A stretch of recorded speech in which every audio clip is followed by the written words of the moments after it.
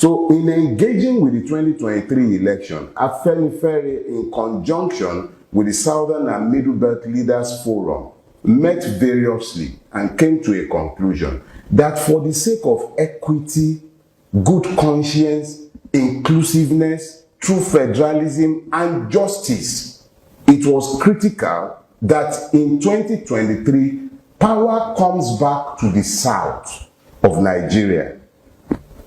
And that when it comes back to the southern part of Nigeria, it should go to the single zone in the southern part of Nigeria that has not produced a precedent.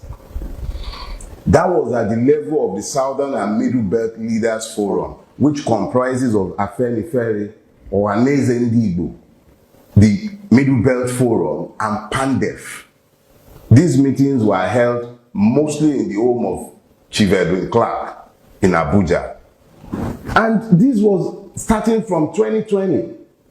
By the time we were getting into late 2021, that decision had been taken. Even the southern governors met in Asaba.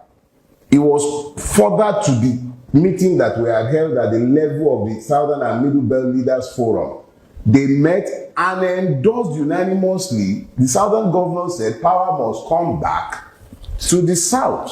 By this time, we in Afenifere, we took back the decisions that we were part of as the Southern and Middle Belt Leaders Forum level. We took it back to Afenifere, being a constituent member, and this was discussed in general meetings, at the National Caucus level, and at the ESCO level. I attend the general meetings. I'm a member of the National Caucus.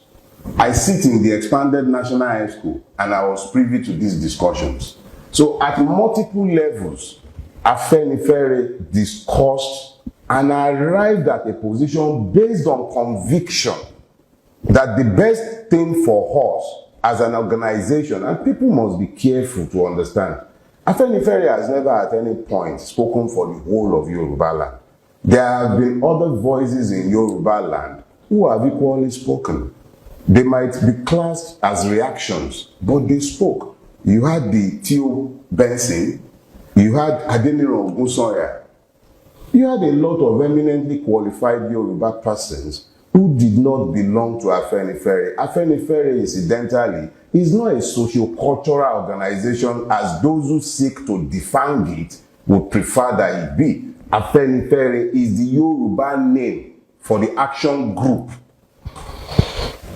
So we took our decisions based on our ideology and our conviction that it is what is in the best interest of Nigeria at this point in time. You can't, in our view, you can't keep telling the Igbo man that he cannot have his desired homeland and he can't have true federalism. He can't have any of the things, and all of us is simply a function of every injustice is cloaked in tribal terms. But once it is legitimized within a tribal construct, it goes federal and it then applies to all of us as persons who live within the Nigerian space.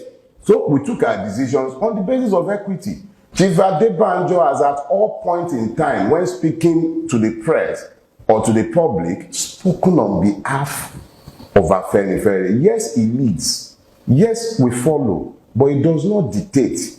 We had robust discussions. People disagreed. A number of persons disagreed, both at the general meetings, at the caucus level, in the ESCO, there were disagreements. But whilst the minority must have their say, the majority must have his way. So we arrived at a decision, and those were the decisions announced by Chief Adebanjo. That's as far as that is concerned. Now, the gathering you saw in Akure, you know, I have said this severally in the public space. I have said that Bola Ahmed Tinubu is reflexively criminal in his instinct.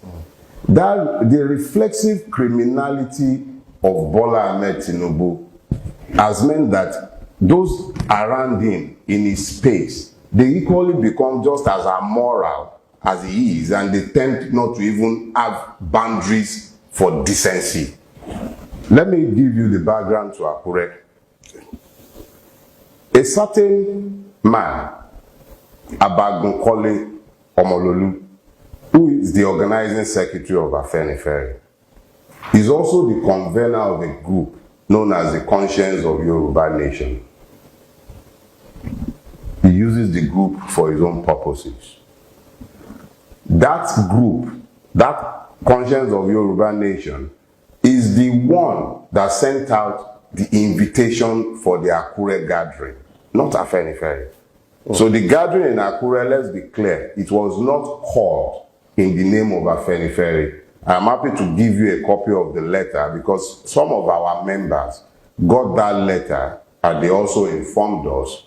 So we already knew before the time the shenanigan that was being planned for Akure. So let's be clear, it was not an Afenifere meeting. The bulk of the persons you saw in Akure were persons who have, I returned to Afenifere fold about a couple of years ago. And since I've been back in Afenifere fold, Chief Olufalaye has never been to any Afenifere meeting. The only time I have met him in relation to Afenifere was when we went to Owo to commiserate with them after the Owo massacre, and we branched at Baba Fashoranti's house to greet Baba on getting to Akure before heading to Owo. He joined our convoy to Owo from Akure, where we went to Baba Fashoranti's house. So that is the only time he has been anywhere near Afenifere since I returned to Afenifere a couple of years back. Let's be clear. He was in the public space announcing his retirement from active politics. Afenifere is not a socio-cultural group. It's a political organization.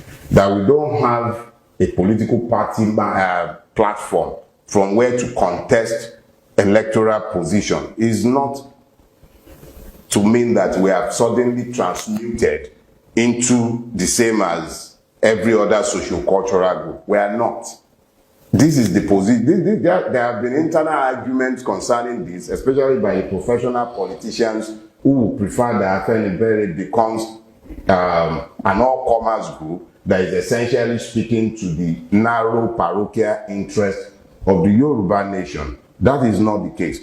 So, Chief Olufalaye, as far as I'm concerned, he was at a point identified very closely with Afenifere, but he is now known to me, retired by his own words in the public space. He's not a politician, he's a traditional ruler.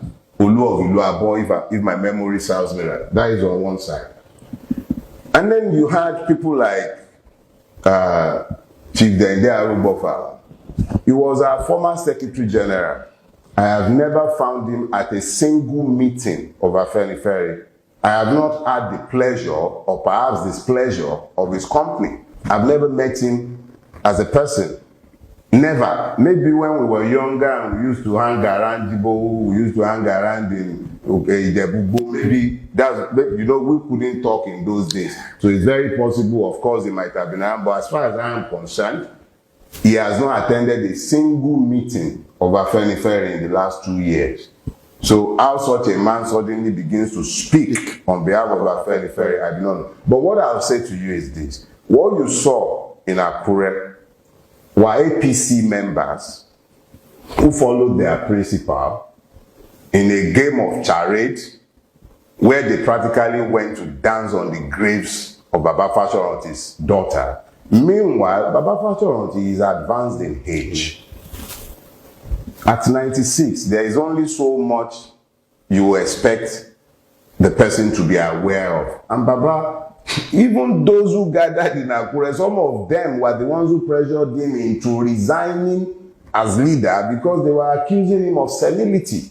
So for the same people to now so wickedly exploit the man for their own political end, putting cameras in front of him, splicing the videos to make up disjointed statements, purporting to remove the person that he himself appointed upon his retirement. You don't become functus officio, come back from his retirement and say that he wants to be pope. He doesn't, that he even wants to canonize me. Can he do it? He can't. He is functus officio. But they took advantage of the old man. So what I'll say to you is there is no fracture in Afenifere. Afenifere is as strong as ever. In fact, what they've done for us is to allow themselves to dance naked in the public space and sufficiently introduce themselves as the fraud that they are. The only regret that I have about the whole situation is the way they dragged the old man into their nonsense. But thankfully, as you might have seen, I believe by Thursday, Baba caused his PA to release a statement retracting the worst of the nonsense they were attributing to him. But when somebody has no shame, there is nothing they will not do. In the desperate search for power that has not been for the common good, Emilokon has been unrelenting in corrupting everything and everyone. And when there is enough agbado to spread around, you can count on the like of Abagun to be around to pick up the pieces. Let me get your reaction to the statement.